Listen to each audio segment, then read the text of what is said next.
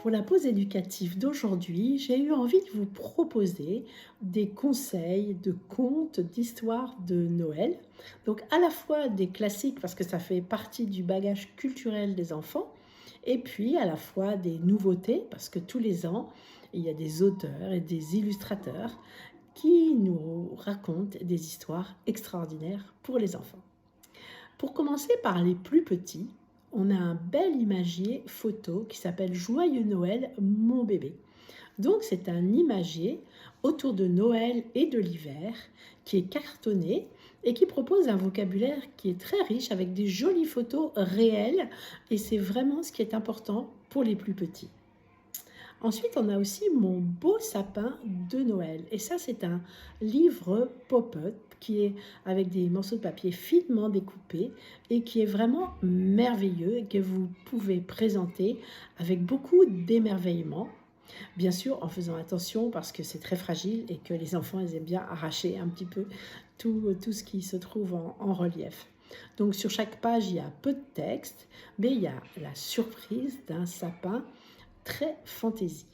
Donc les couleurs sont riches, les fortement contrastées et ça peut vraiment parfaitement convenir pour aiguiser le sens visuel des tout petits.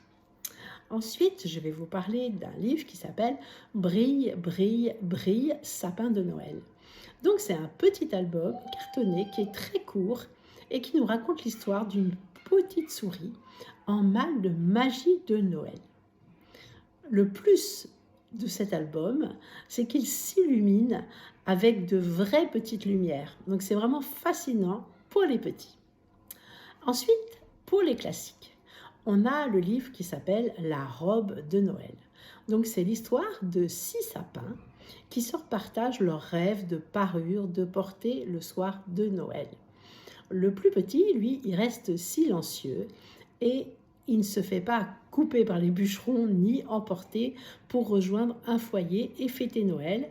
Et alors qu'il ne reste plus que lui et un vieux sapin ébouriffé, le petit sapin partage son rêve avec le vieux sapin qui est de porter une robe blanche scintillante. Et ce rêve devient par magie réalité le lendemain. Donc c'est un très bel album qui est plein d'espoir et de sagesse. Il y a aussi la lettre du Père Noël de Tano Yukito. Donc ça, c'est une magnifique histoire avec de très jolies illustrations. C'est l'histoire de Facteur Souris qui doit distribuer le courrier, mais il a beaucoup neigé et il va tomber. Et tout le courrier s'étale dans la neige et une des lettres se retrouve avec l'adresse effacée. Et cette lettre vient en plus du Père Noël. Donc tous les animaux viennent alors en aide à Facteur Souris pour mener l'enquête. Et ils découvrent que cette lettre était pour Facteur Souris lui-même que le Père Noël sollicitait pour l'aider dans sa tournée de cadeaux. Donc encore une fois, une belle histoire d'amitié et d'entraide. Ensuite, on a Quand je serai grand, je serai Père Noël de Grégoire Solotareff.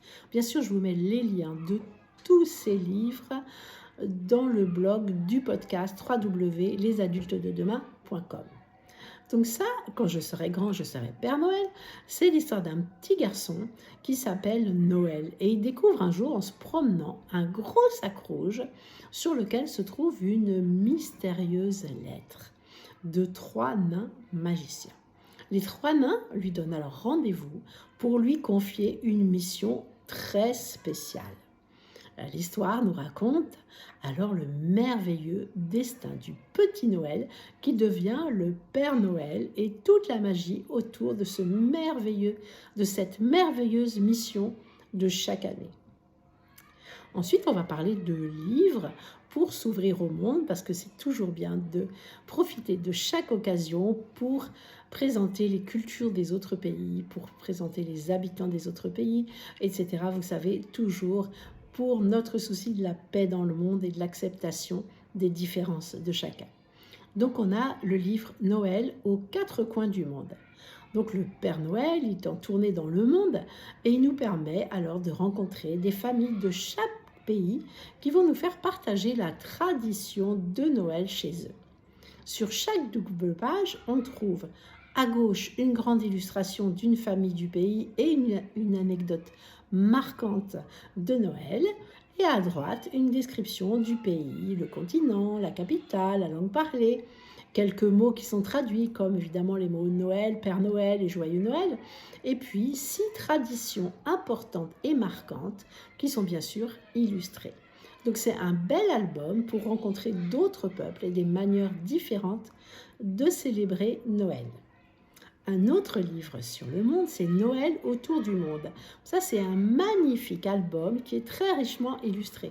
Sur chaque double page, on aborde un pays autour d'une anecdote ou d'une légende de Noël, puis l'enfant va découvrir de multiples petits volets cachés dans l'illustration à ouvrir pour lire toutes les traditions et les secrets de cette fête là-bas. Donc ça va nous permettre de faire un voyage féerique qui permet de s'ouvrir avec beaucoup de simplicité à d'autres cultures et aux fêtes de Noël bien différentes. Pour s'ouvrir à la tradition chrétienne, car on n'oublie pas que quand même Noël est une tradition chrétienne et ça fait partie de l'histoire à connaître, le Noël de Barnabé.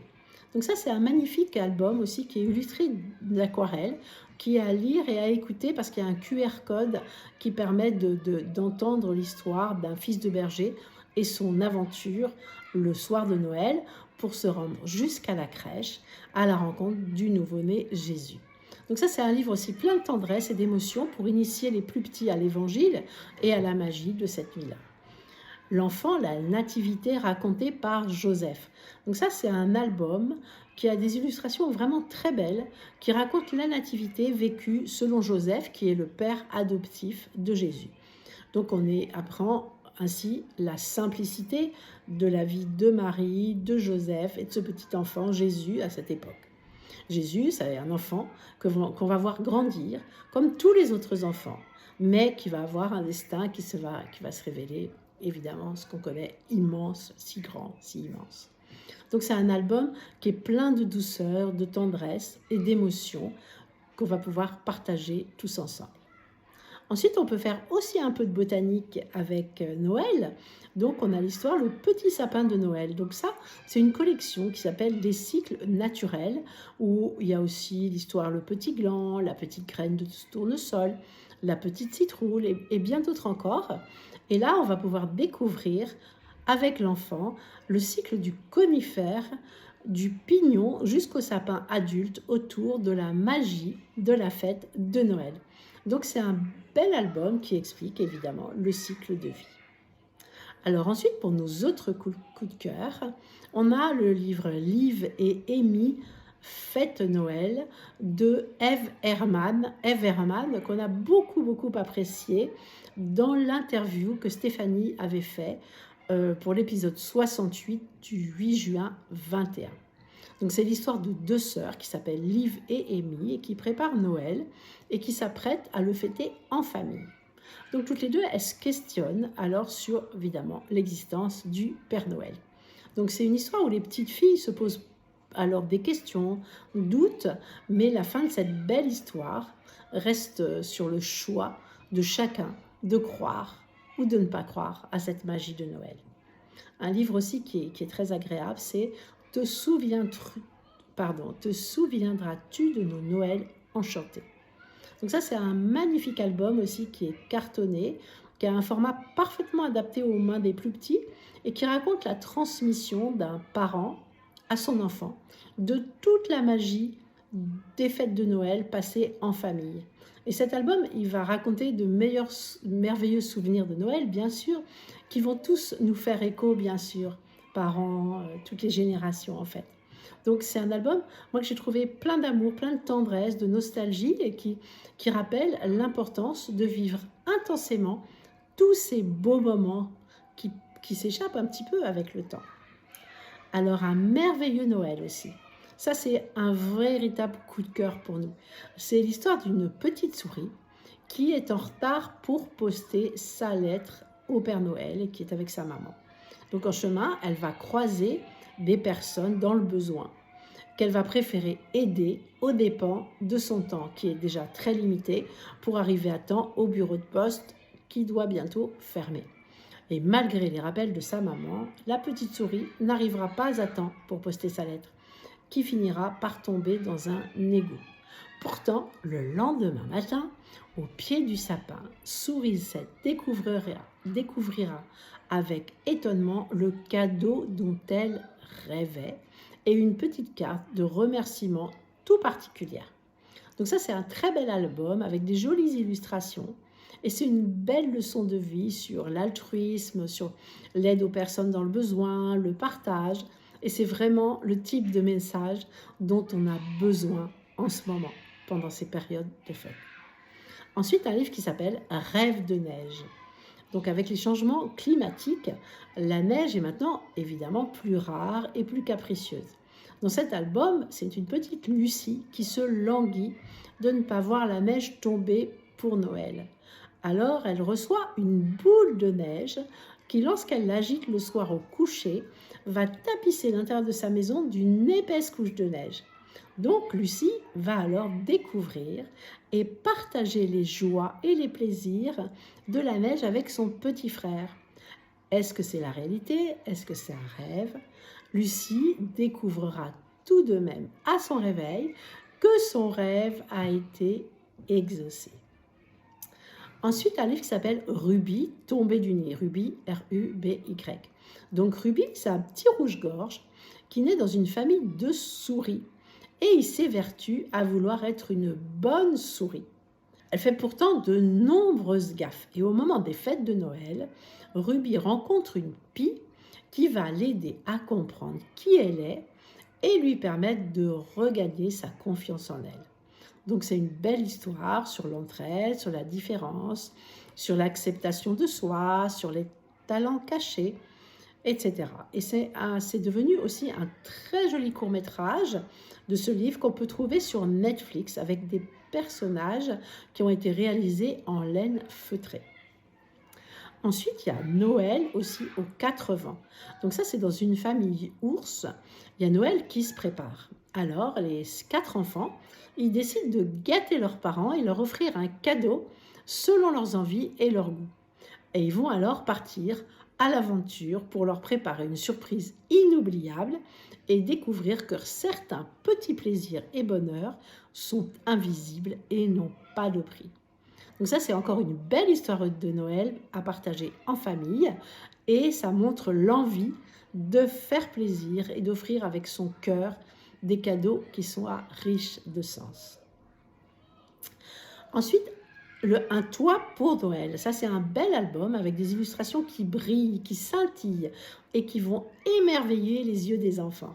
Donc, dans ce livre, on suit une petite souris qui n'a pas d'abri, mais qui va découvrir qu'elle a de bons amis pleins de cœur qui lui ont réservé une belle surprise pour Noël. Encore une fois, un livre d'amitié, d'entraide, que des beaux sentiments que l'on voudrait bien partager toute l'année, pas seulement à Noël. Et pour finir, on a une maison d'édition qu'on aime beaucoup qui s'appelle Hélium Édition. Stéphanie a posté déjà des livres pour les petits qui sont vraiment merveilleux, que j'ai présentés à mes petits-enfants et que j'ai beaucoup aimé. Et donc pour Noël, il y a une trilogie de Noël qui a eu beaucoup de succès, qui a été adaptée sur Canal+. C'est 3 romans qui sont assez différents avec le même cocktail humour, action, rebondissement qui plaisent beaucoup aux adolescents lecteurs. Il y en a un qui s'appelle Un garçon nommé Noël, un autre s'appelle Le Père Noël à moi et La fille qui a sauvé Noël, tout écrite par le même écrivain, c'est Matt Haig, H-A-I-G, donc chez Hélium Édition, une trilogie pour les adolescents sur Noël. Voilà, c'est fini avec mes conseils de contes et de livres de Noël. J'espère que ces belles histoires vont vous plaire, qu'elles vont vous permettre de faire rêver vos enfants. Et parce que vraiment, je reste toujours persuadée que le livre est vraiment extraordinaire pour vivre 1000 vies, pour vivre des fêtes et puis pour transmettre beaucoup et puis pour rêver. Et le moment de Noël, c'est vraiment un moment où on a envie de rêver, où on a envie de beaux sentiments, de belles choses. Donc voilà, et puis il ne me reste plus qu'à vous souhaiter un très très très joyeux Noël, des belles fêtes de fin d'année. N'oubliez pas d'écouter la pause éducative que je vous propose pendant les vacances. J'ai sélectionné celles que j'ai préférées et qui me disaient que vous auriez plaisir à l'écouter. Et puis maintenant, je serai ravie de vous retrouver pour notre prochain épisode le 16 janvier, donc avec une bonne année, où vous nous retrouvez, Stéphanie et moi, pour un échange pour commencer cette belle année 2024. Très bonne fête!